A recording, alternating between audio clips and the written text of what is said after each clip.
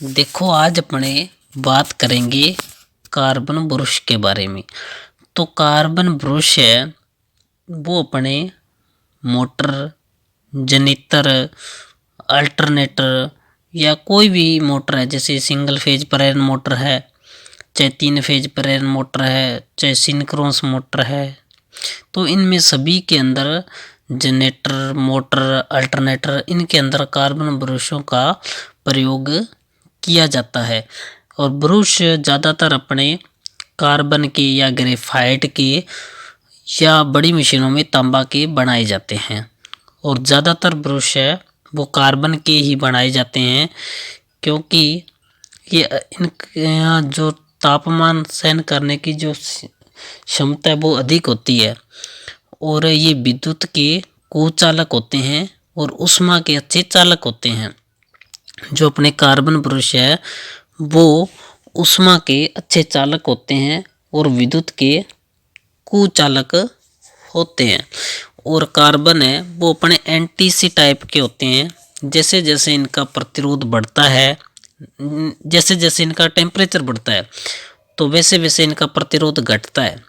जैसे जैसे इनका टेम्परेचर बढ़ता है तो प्रतिरोध का मान घटता है और धारा का मान बढ़ता है। तो इसीलिए अपने ज़्यादातर ब्रश है वो कार्बन के यूज में लिए जाते हैं। और कार्बन ब्रशों का जो उपयोग है बाहरी परिपथ में धारा लेने के लिए किया जाता है। जनरेटर के अंदर इनका उपयोग बाहरी परिपथ में से धारा लेने के लिए उपयोग में लिया जाता है, जबकि मोटर में धारा देने के लिए इन ब्रशों का प्रयोग किया जाता है। और कार्बन ब्रश है इनको इनकी मूल लंबाई का 2/3 भाग घिस जाने पर बदल देना चाहिए। तो अगर आपसे पूछ ले कि इन ब्रशों को कब बदला जाता है, तो कार्बन ब्रशों को मूल लंबाई का, जो इनकी मूल लंबाई है आपको दिख रही है जो डायग्राम के अंदर ब्लैक कलर के अंदर, जो इनकी मूल लंबाई है इसका 2/3 भाग घिस जाए, या ऐसे भी कह सकते हैं 66% भाग घिस जाए, तब इनको बदल देना चाहिए। नहीं तो ऐसे भी हो सकता है इनका 1/3 भाग शेष रह जाए मूल लंबाई का, या 33.33 भाग शेष रह जाए, तब इन ब्रशों को बदल देना चाहिए। क्योंकि अगर अपने क्या करेंगे, इनको नहीं बदलेंगे तो यहाँ पे ओपन सर्किट की तरह यह व्यवहार करेगा और अपने को परिपथ में से बाहर सप्लाई नहीं मिल पाएगी। इसलिए इनको बदल देना चाहिए। और उसके बाद ज़्यादातर ब्रशों की संख्या है वो धारा की मात्रा पर निर्भर करती है। ज़्यादातर ब्रश, कार्बन ब्रशों की जो मात्रा है वो धारा की मात्रा पर निर्भर करती है। और निम्नतम अगर देखें तो कम से कम 2 ब्रश यूज में लिए जा सकते हैं, और बाकी धारा की मात्रा पर निर्भर करते हैं। उसके बाद नेक्स्ट है ब्रश घर्षण गुणांक। जो निम्न ब्रश घर्षण गुणांक है इनका वो लगभग 0.22 होता है। और उच्च घर्षण गुणांक पूछ लें तो वो लगभग 0.40 होता है। निम्न घर्षण गुणांक 0.22, जबकि उच्च घर्षण गुणांक 0.40 होता है। उसके बाद नेक्स्ट अपना ब्रश की चौड़ाई। तो ब्रश की जो चौड़ाई होती है वो मूल जो खंड होते हैं, जो आर्मेचर चालकों के जो खंड होते हैं उनकी चौड़ाई से 2 से 3 गुना होते हैं भाई। जो खंडों की चौड़ाई होती है आर्मेचर के अंदर उसकी चौड़ाई से 2 से 3 गुना इनकी चौड़ाई ब्रशों की होती है। तो काफ़ी बार क्वेश्चन पूछा भी जाता है। तो कार्बन ब्रशों की जो चौड़ाई है वो कितनी होनी चाहिए, तो वो खंडों की चौड़ाई से 2 से 3 गुना अधिक होनी चाहिए। उसके बाद है ब्रश संपर्क प्रतिरोध। तो ब्रश संपर्क प्रतिरोध है वो वायु अंतराल बढ़ने से बढ़ता है भाई, और ये ब्रशों की चौड़ाई पर भी निर्भर करता है। तो ब्रश संपर्क प्रतिरोध है जो आप इस डायग्राम के अंदर स्प्रिंग देख रहे हो, जैसे इसका स्प्रिंग का दबाव होता है वो लगाया जाता है। और ज़्यादा अगर अपने इसको टाइट कर देते हैं तो उस पर क्या स्पार्किंग अधिक होती है, इसीलिए इनको उसी प्रकार लगाया जाता है ताकि क्या है मतलब ज़्यादा दबाव भी ना हो और ज़्यादा ढीले भी ना हो। क्योंकि अगर इनका ब्रश दबाव कम होएगा तो यह ओपन सर्किट की तरह व्यवहार करेगा, तो अपने को धारा नहीं मिल पाएगी आउटपुट के रूप में बाहर।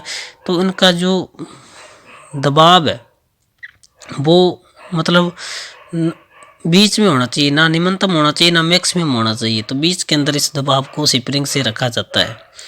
और ब्रश संपर्क प्रतिरोध के नाम से इसको जाना जाता है। और ये एयर गैप बढ़ने से बढ़ता है और ब्रशों की चौड़ाई पर भी निर्भर करता है।